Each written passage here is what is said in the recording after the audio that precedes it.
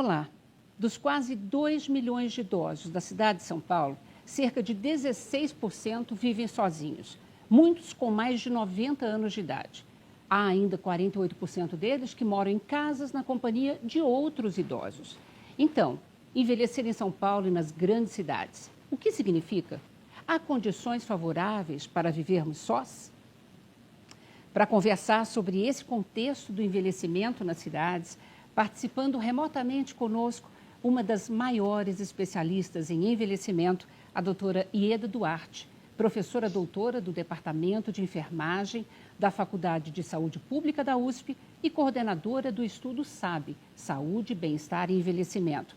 Esse estudo, que acompanha as condições de vida e saúde dos idosos residentes no município de São Paulo, é uma ferramenta importante para avaliar como os idosos estão lidando com os desafios da velhice. É um prazer recebê-la, doutora Ieda. É um prazer imenso estar aqui. Eu que agradeço muito o convite, para que nós possamos trocar algumas informações relativas às pessoas idosas. Bom, o estudo SAB, doutora Ieda, começou no ano 2000 como uma iniciativa da OPAS e São Paulo entrou desde o começo? Sim, é assim. No ano 2000, isso há 20 anos atrás, não é? Nós já éramos um país envelhecido naquela época, mas estávamos rapidamente entrando nesta transição demográfica, como vários outros países da América Latina e Caribe. No entanto, todas as informações disponíveis naquela época relacionadas ao envelhecimento, elas vinham de países mais longevos, de países de primeiro mundo, de países mais longevos. Então, a OPAS teve a iniciativa de tentar entender, conhecer e entender como se dava o envelhecimento dessa região, América Latina e Caribe, considerando que esta é uma região mais em desenvolvimento, ou mais subdesenvolvida, para não se usar esse termo, né? Então, assim, nós não tínhamos atingindo ainda as melhores condições de desenvolvimento, o que acaba sendo um pré-requisito para se ter um envelhecimento populacional, como o envelhecimento estaria acontecendo aqui naquele momento. Daí foram escolhidos 7 centros urbanos da América Latina e Caribe, todos nas capitais dos países, com exceção do Brasil. Por quê? O Brasil, ele foi um dos países escolhidos, mas Brasília não é uma cidade normal, né, entre aspas, porque ela foi uma cidade construída. Então, se precisava de duas coisas: uma cidade que tivesse nascido naturalmente, como todas as outras, e o financiamento, porque o financiamento cabia a cada país. Quem financiou o estudo SAB desde o seu início é a FAPESP, e isso também foi uma das coisas que determinou que o estudo fosse na cidade de São Paulo. Tá. Agora, você coordena esse estudo desde o início, nesses 20 anos. Podemos dizer que houve muita mudança nesse perfil do idoso?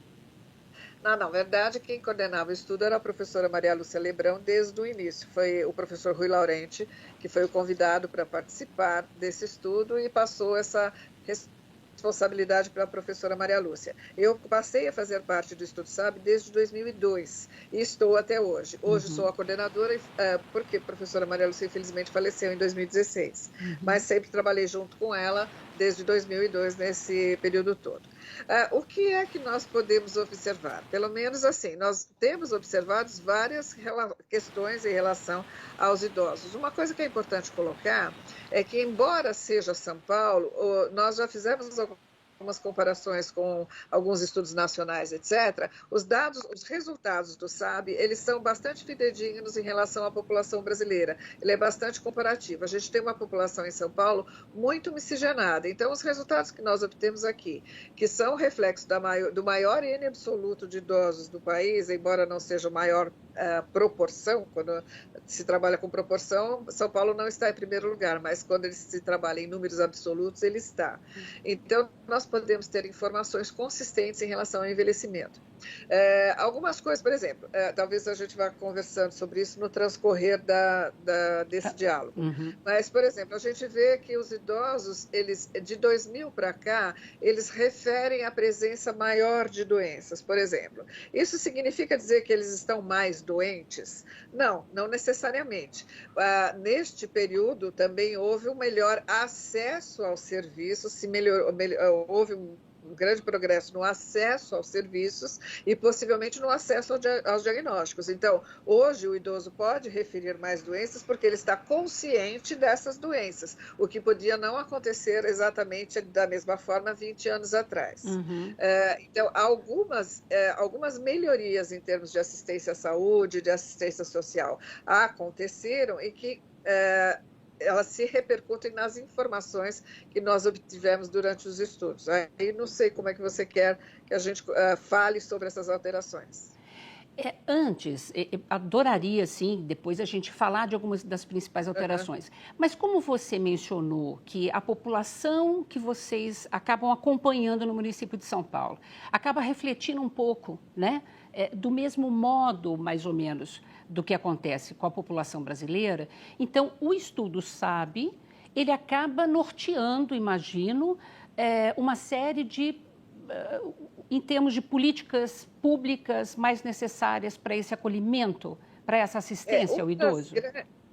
Uma das grandes finalidades do SAB, desde o começo, foi ser uma fonte de informações consistentes e fidedignas que pudessem contribuir para o reordenamento das políticas públicas. Uhum. Então, nós trabalhamos em diferentes momentos junto ao Ministério da Saúde, junto à Secretaria Estadual de Saúde e Assistência Social, aqui em São Paulo, em relação à Secretaria Municipal de Saúde, Secretaria Municipal de Assistência Social, de Desenvolvimento Social, aí a Secretaria de Direitos Humanos. Então, de uma certa forma, nós sempre ficamos bastante próximos das autoridades públicas, vamos dizer assim, para que o SAB pudesse ser, sim, uma fonte de informações que contribuísse para mostrar do que é que os idosos precisam, como é que podemos ajudá-los e isso, de alguma forma, pudesse contribuir para o reordenamento das políticas públicas.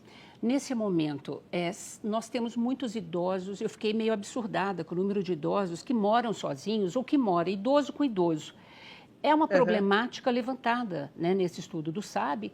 E o que nós estamos fazendo para melhorar? Ou o que o SAB pode apontar como iniciativas que poderiam ajudar?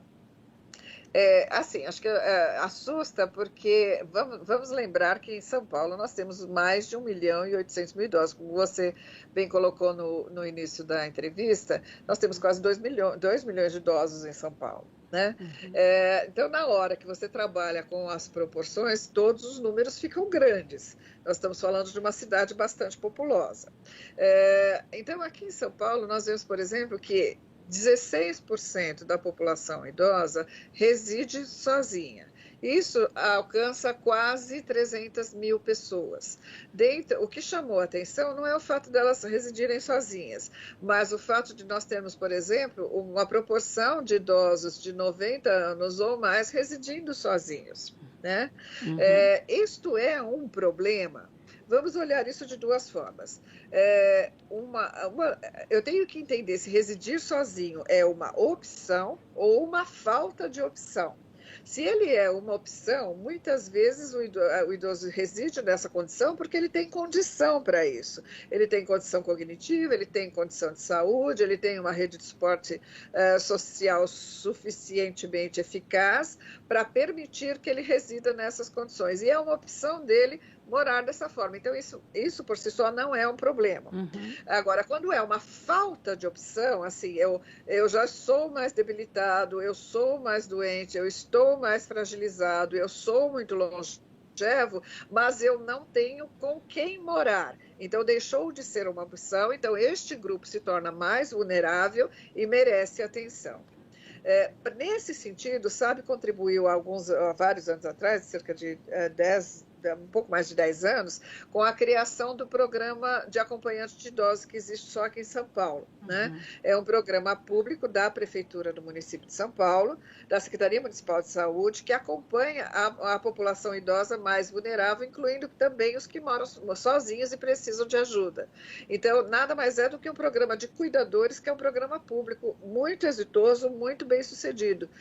Então, essa relação do SAB com as políticas públicas, com a criação do pai foi um evento muito, muito, muito gratificante para nós em termos de pesquisa, que era o resultado da pesquisa levar à criação de um serviço que realmente atende à necessidade da população idosa e da população idosa mais vulnerável.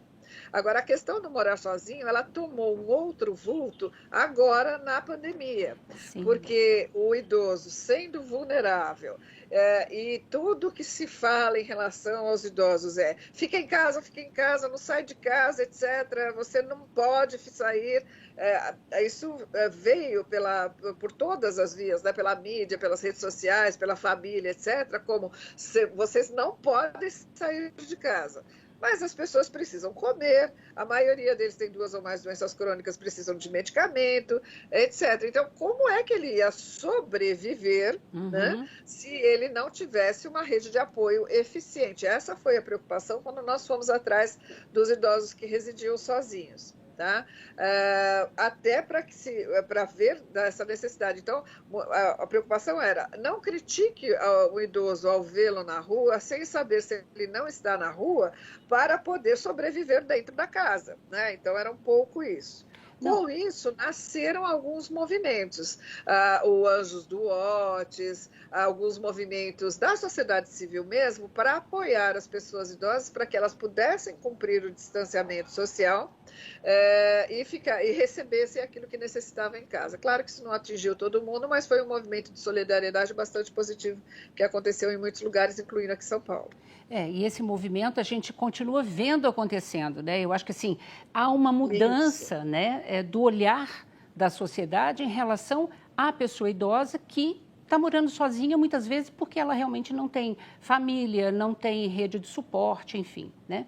Ieda, a gente volta já para continuar conversando, tá bom? Vamos fazer um rápido intervalo. E você não sai daí, não. Daqui a pouquinho a gente volta. Obrigada.